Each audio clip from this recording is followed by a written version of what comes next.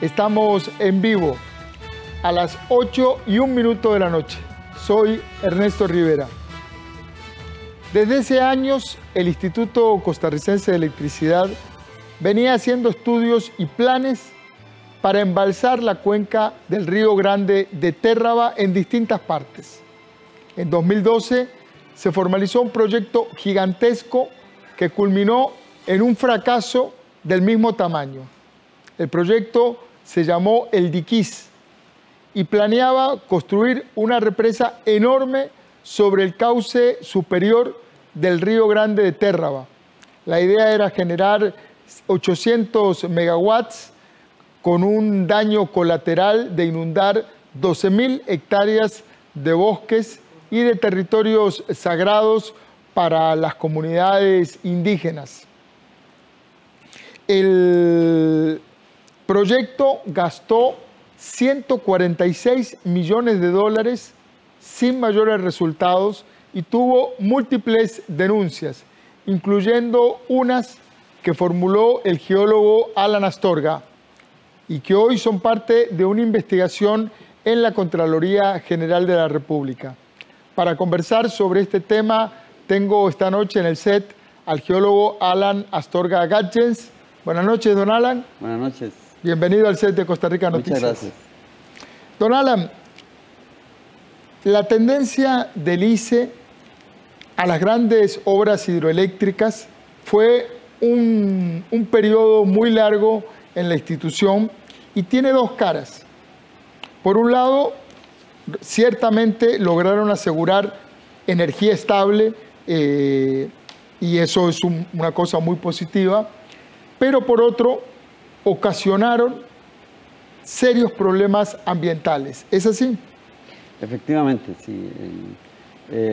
Creo que hay como un fenómeno de inercia porque durante muchos años el ICE planteó proyectos, qué sé yo, desde los años 60, en el que planteaba el proyecto y no se hacían evaluaciones de impacto ambiental, simplemente el proyecto se desarrollaba, como Cachí, luego Arenal. Incluso Arenal tuvo ya un problema cuando iba a arrancar, que se dieron cuenta que había ciertos problemas técnicos y se retrasó para poder resolver eso. Ya cuando aparecieron los temas de evaluación de impacto ambiental, el asunto se complicó, porque me parece que el ICE mantuvo la línea de hacer lo que quería, no necesariamente tener que ajustarse a los procesos de evaluación de impacto ambiental que en todo el mundo se empezaron a adoptar, sobre todo después de los acuerdos del Río a principios de los 90.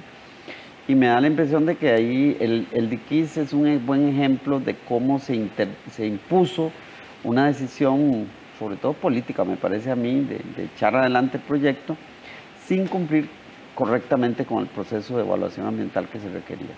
Quizás para ser justos, ahora que lo escuchaba, para ser equitativos, en el programa y en este noticiero hablamos mucho del contexto.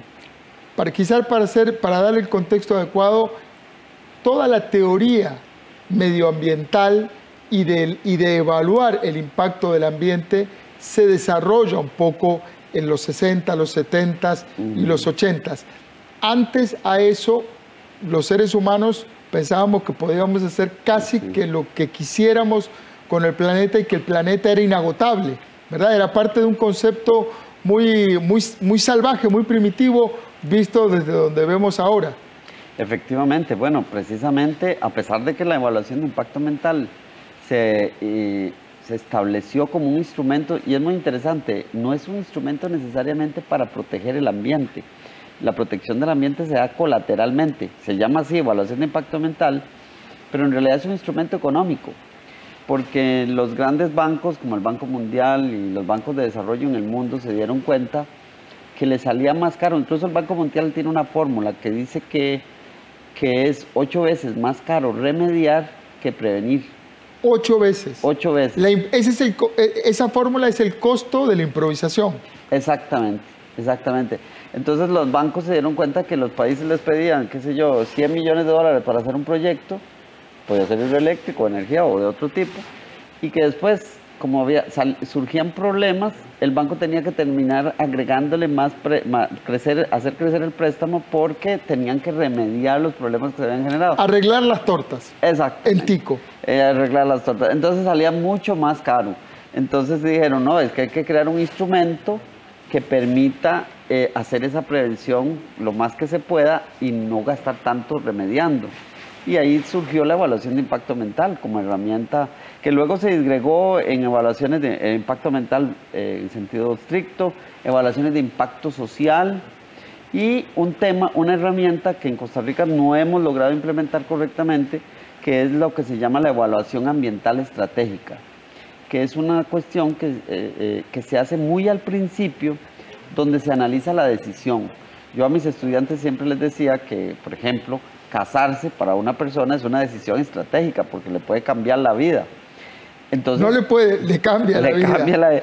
Pero entonces se requiere un análisis que, bueno, en sentido estricto significa analizar alternativas, analizar consecuencias, balancear si es la medida correcta o no. Siempre se dice en las reglas generales que hay que hacerse las preguntas clave. ¿Cómo, por qué, cuándo, bajo qué circunstancias, etcétera? Pero en el caso del diquis eso no se hizo y eso fue exactamente lo que nosotros desde la Universidad de Costa Rica le señalamos al ICE ya en el 2011, principios de 2012, que le dijimos, vea, pare el proyecto, no haga más inversión y hagamos una evaluación ambiental estratégica de si el proyecto debe seguir o no. Y desafortunadamente no se hizo caso a la recomendación que hizo la Universidad de Costa Rica y se siguió gastando plata hasta llegar a ese monto. Se siguió gastando plata, no. Se gastaron 146 millones de dólares. Es toda la plata del mundo, son 80 y pico de mil millones de colones. Solo le doy un ejemplo de qué se puede hacer con esta plata, que a Costa Rica le haría muchísima falta hacer. Una es hacer la planificación territorial del país a una escala apropiada, o sea, hacer la planificación para los 82 municipios del país. Solo eso no costaría ni 20 millones de dólares y se dejaría el país ordenado y planificado para promover desarrollo acelerado de todas las regiones. Imagínense, entonces, por eso es que yo planteé esta denuncia en la Contraloría, porque a mí me parece que Costa Rica incluso es uno de los países de América Latina en donde más inversión fallida hace. Por ejemplo, la refinería china de Recope, que no se hizo. Soresco. 100 millones de dólares, por ejemplo. Por la borda. Bueno, 50 millones aportados por Recope, por nosotros, por usted, exacto, por mí y por todos los contribuyentes. Bueno, yo también he sido crítico con esta viaducto que se hizo en Moín para accesar la terminal de contenedores de APM Terminals. Eso costó 82 millones de dólares. Y la carretera a ras de suelo ya existía, le pusieron el viaducto por encima, un viaducto de solo 700 metros y costó 82 millones de dólares. Y le erraron 80 metros al lugar de destino inicial. Sí, entonces, así ejemplos, si nos vamos a la historia... Sí, lo que pasa es que esos ejemplos, si lo que estuviéramos fuera cocinando el almuerzo de mañana, uy, le puse un poquito más de sal, quedó salado, me pasé con la pimienta, ahí va. Estos cuestan cientos de millones de dólares que no tenemos. Sí, y como le digo, el problema es que si tuviéramos en exceso y uno dice, bueno, es parte del margen de error, pero el país tiene necesidades urgentísimas. Por ejemplo, en el tema que estamos hablando ahora, que está muy de moda sobre la pesca de arrastre, que yo también ahí doy mi opinión porque yo digo, bueno, Costa Rica tiene una riqueza marítima enorme en lo que es, por ejemplo, atún aleta amarilla. Que es uno de los animales, de las proteínas más caras, más cotizadas, ¿cierto?, en el mundo. Sobre todo en Asia. Y Costa Rica es tiene el segundo lugar en producción de atún aleta amarilla, porque nuestros mares patrimoniales llegan casi, bueno, hasta Galápagos. Y Costa Rica podría invertir, por ejemplo, esos 143 millones en adquirir 3 o 4 barcos atuneros y convertirse en un productor de atún, no solo, porque bueno, es que en ese tema es todo un capítulo que desarrollar, pero Costa Rica ni siquiera es que se la están robando, sino Costa Rica está regalando esa riqueza a flotas pesqueras extranjeras. Sí, porque da licencias a precios muy bajos. Y lo otro es que no se tiene control, porque no tenemos sistemas de radar, aviación o sistemas de guardacostas que permitan hacer un verdadero control de lo que está pasando en nuestros mares, porque son 500.000, es casi todo el área continental de Centroamérica. Son 10 veces más que, que nuestro territorio continental. Exactamente, entonces se requeriría mucha tecnología y muchos recursos para poder controlar eso, y esos recursos tendrían que pagarse aprovechando los recursos marinos de manera sostenible. Entonces yo decía que en el tema, por ejemplo, esta discusión que tenemos con la pesca de arrastre de camarón, es como si estuviéramos discutiendo por los productos que hay en una pequeña cajita, cuando lo que tenemos es una bodega gigante llena de cajitas de muchos recursos y no lo sabemos aprovechar, ¿no? O los ignoramos y nos enfrascamos en un tema muy pequeño y olvidamos el potencial que tiene nuestro país. Entonces, por eso, desperdiciar recursos como lo que pasó en el Diquís me parece que es muy grave, y la posición mía es que no es que hagamos una autocrítica y cambiemos esa forma de hacer las cosas en Costa Rica, que yo siempre he dicho que en el caso del Diquís se pone claramente que pusimos la carreta por delante de los bueyes, y entonces siempre nos pasa lo mismo, que al final tomamos decisiones estratégicas, no las razonamos correctamente, como cuando uno se casa impulsivamente y después se arrepiente, y después, bueno, todos nos lamentamos porque la presidenta ejecutiva del ICE, cuando dijo que cerraban ya el Diquís y que archivaban el expediente en Setena, que eso no se trasladaba a las tarifas. Pero yo todavía no logro explicar cómo no se trasladan a las tarifas. ¿Cómo se acomodan 146 millones de dólares debajo de la alfombra? Usted, la Contraloría ahora está trabajando en una investigación propia, pero buena parte de esa investigación se basa o se apoya en las denuncias que usted hizo oportunamente sobre el proyecto. ¿Qué denunció usted puntualmente? El hecho de que la evaluación de impacto ambiental se fragmentó. Como le decía, desde el 2009-2010, el Consejo Universitario de la Universidad de Costa Rica creó una comisión especial para que hiciera una revisión detallada del proyecto Diquís. A mí se me encargó, como yo fui secretario general de Setena y trabajo mucho en evaluación de impacto ambiental, que revisara todo el expediente en Setena.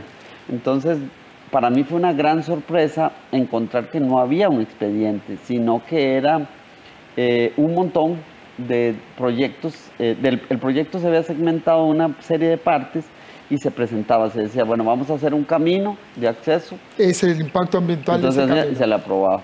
Que vamos a cortar un bosque aquí para hacer tal cosa, pero de pronto se gastaron 143 millones de dólares, o 46, perdón, en pedacitos que en la evaluación de impacto ambiental, la primera regla que tiene es que hay que analizar el proyecto integralmente, no se puede hacer a pedacitos, porque al final uno no se da cuenta del daño que ha generado si no ve la dimensión completa. Por eso es que nosotros le dijimos a Lice, vea, pare y haga una evaluación estratégica de si realmente este proyecto tiene sustentabilidad, porque ya para aquel momento nosotros sospechábamos que no. Incluso desde el punto de vista de la consulta a las poblaciones indígenas, porque ese era un requisito indispensable. Incluso vino un relator de la ONU y le señaló a Lice que no debería seguir hasta que se tuviera resuelto lo del tema de la consulta a los pueblos indígenas, y eso tampoco se hizo. Ahí hay otro punto de colisión que es casi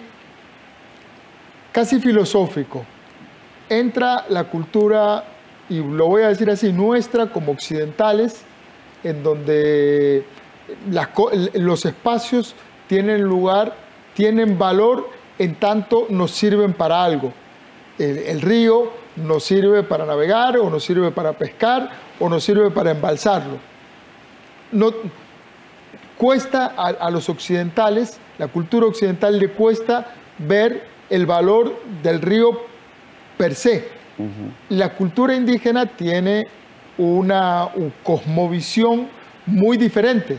La tierra, lo que entraña, el que ahí estén enterrados sus ancestros, tiene un valor completamente diferente. Sí, definitivamente. Por eso este valle, el río Terroa, tiene un gran valor, es prácticamente, como usted mencionaba, sagrado para las poblaciones aborígenes de esa zona. Y eso es el problema, que algunas zonas de sitios sagrados para las poblaciones aborígenes fueron destruidas o muy afectadas por los procesos de construcción del proyecto. Y entonces ahí entramos en otro tema, porque cuando yo presenté la denuncia ante la Contraloría General de la República y ante la Fiscalía General, porque yo les decía que además del tema de los recursos perdidos prácticamente... La plata que estaba gastando el ICE. Pues sí, había un impacto ambiental que habría que valorar, porque es como que yo meta tractores al bosque, arrase con árboles y caminos y bueno, y sitios sagrados para los aborígenes, y después de la noche a la mañana diga, bueno, vámonos, recojamos todo y nos vamos. Sí, sí. Disculpas, las disculpas. Perdón, me equivoqué. Me llevé todos esos arbolitos y su cementerio.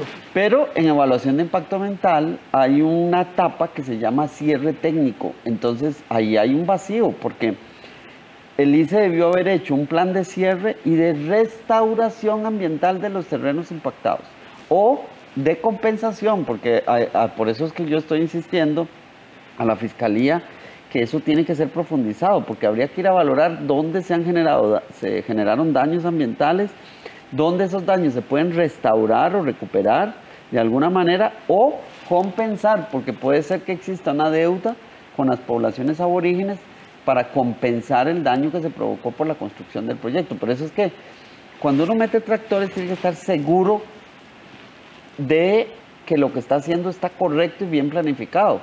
Que ahí es donde yo digo que no hay que poner la carreta por delante de los bueyes, porque aquí hacemos eso.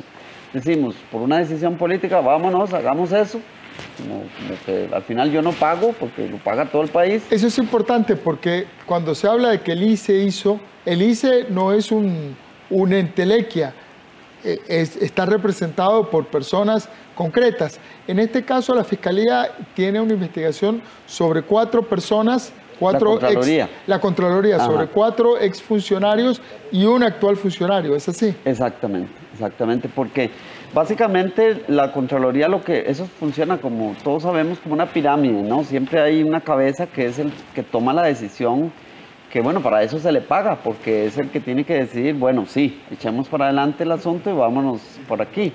Me parece que en eso la Contraloría identificó exactamente quiénes fueron los tomadores de decisiones clave y les está pidiendo cuentas sobre por qué tomaron esas decisiones. Yo tengo la hipótesis de que por encima de estos todavía había otros jerarcas que están más en la sombra, pero que fueron los que dijeron, no, empujen. Pero eso también es otra muy mala costumbre en Costa Rica, que a veces desde sitios de poder, ya sea en rectorías ministeriales o en misma casa presidencial, se dice, empujen eso porque eso va porque va, ¿verdad? Y cuando salen los problemas, esa gente nunca firmó nada. Yo no fui, fue TT. Yo no sé, quienes firmaron son los que tienen que pagar los platos rotos. Pero eso es otra cosa que tenemos que resolver en Costa Rica. Decir, bueno, no, espérese, quien toma la decisión tiene que apechugar el asunto hasta el final. No se vale que a mitad de camino se quite el tiro y diga, bueno, es que mis subalternos fueron los que dijeron que sí se podía y que ahí va, ¿verdad? Porque eso tenemos que corregirlo, porque si no, es como si tuviéramos un tubo abierto, donde salen chorros de dólares, ¿verdad? Porque ni siquiera son colones, sino chorros de dólares, y se están desperdiciando. Entonces yo digo que eso es muy injusto, sobre todo ahora después de esta coyuntura con el tema de la pandemia. Costa Rica tiene que cuidarse mucho más de la manera en que maneja sus recursos económicos, que ahora van a ser limitados, con el agravante que ya no vamos a tener tanta ayuda de afuera. Ni tanta ni tan poca. Cada colón cuenta prácticamente 7 de cada 10 colones de lo que vamos a gastar el año que viene son a puro tarjetazo, a pura cuenta. Y con números rojos ya. Y con números rojos. Uno de los problemas que tenía Diquís y que usted señaló también era que se iba a inundar una parte del humedal de Térraba. ¿Qué pasó con eso? ¿Cuál era el plan? Bueno, la idea era inundar una gran zona de bosque y de, bueno, incluso sitios de cementerios indígenas, Y bueno, por dicha, eso no se llegó a desarrollar porque el embalse no se logró construir. Sin embargo, se construyó un túnel enorme que era para hacer el paso del agua desde el embalse hacia el sitio presa, o por lo menos parte.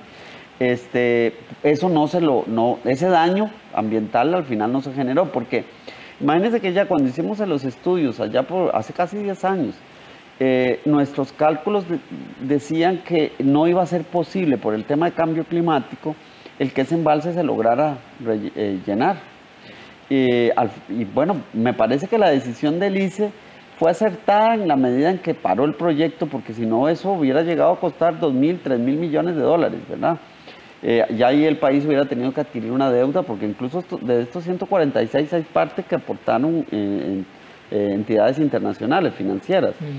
Pero eso hubiera sido 10 o 20 veces más grande si el ICE hubiera seguido adelante con el proyecto, porque nos hubiera pasado algo parecido a lo que nos está pasando con el proyecto Siquirres, ¿verdad? El del río Reventazón. Reventazón, que es una obra gigantesca.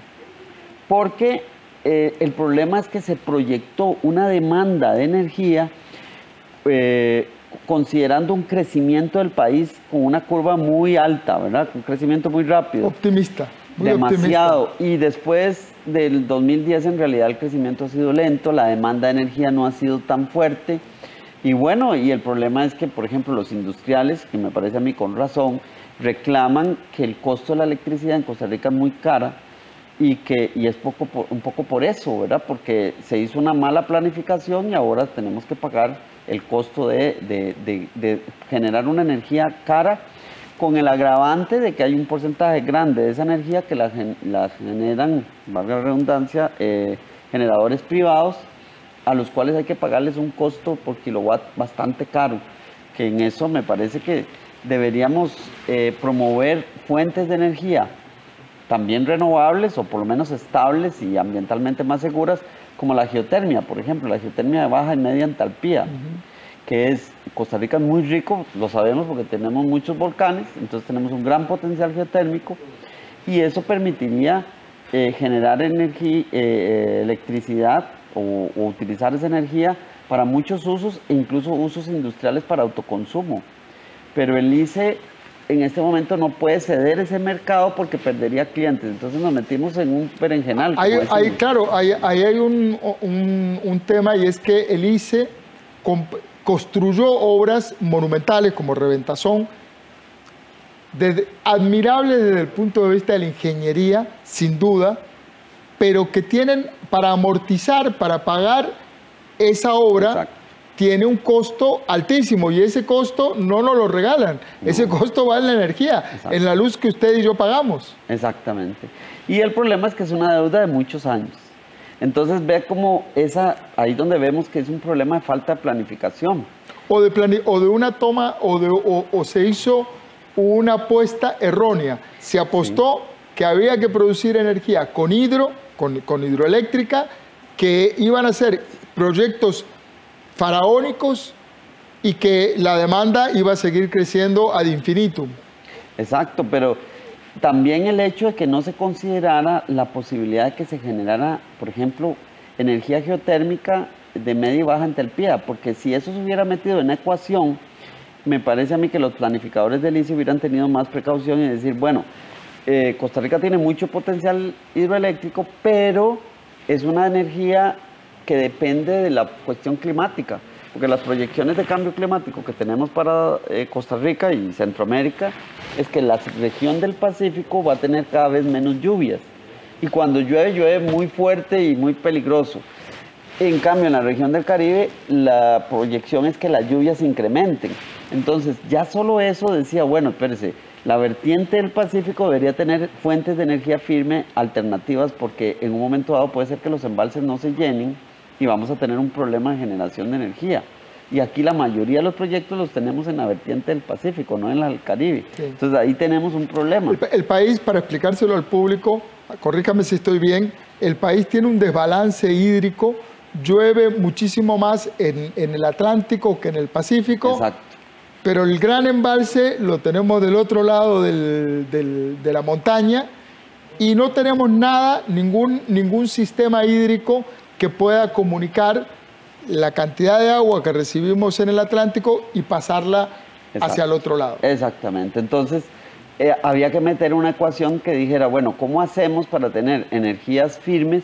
Porque el problema que tenemos, decimos, bueno, eólica, pero si deja de soplar viento... Firme, no defina firme para el que bueno, nos está energía escuchando. Firme es una energía que se garantiza que va a existir con muy baja vulnerabilidad, con poca susceptibilidad a fenómenos como, por ejemplo, haya sequía y entonces el problema, bueno, por ejemplo, los grandes embalses se consideran de energía firme porque si están llenos, a pesar de que haya sequía, bueno, se va haciendo la inversión de sacar agua. Se pueden administrar incluso. Se pueden administrar, pero cuando son embalses, lo que llamamos a filo de agua, que son las represas que están en el cauce de los ríos, esos son muy vulnerables a que si hay sequía, el río se seca y deja de haber generación de energía. Entonces, hay un porcentaje de nuestra energía que proviene de esas fuentes que son muy susceptibles. Por eso es que el ICE, para suplir ese déficit, cuando hay sequía, enciende las plantas térmicas y entonces empieza a quemar hidrocarburos. Que ahí es donde empezamos a tener que decimos, bueno, el 90% de la energía en Costa Rica es renovable, de fuentes hidroeléctricas o de otras fuentes.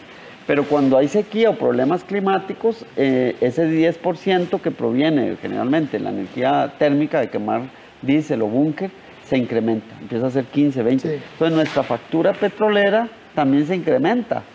Entonces por eso yo digo que Costa Rica está desperdiciando tal vez uno de los mayores recursos naturales que pueda tener, que es la energía geotérmica de baja y media entalpía.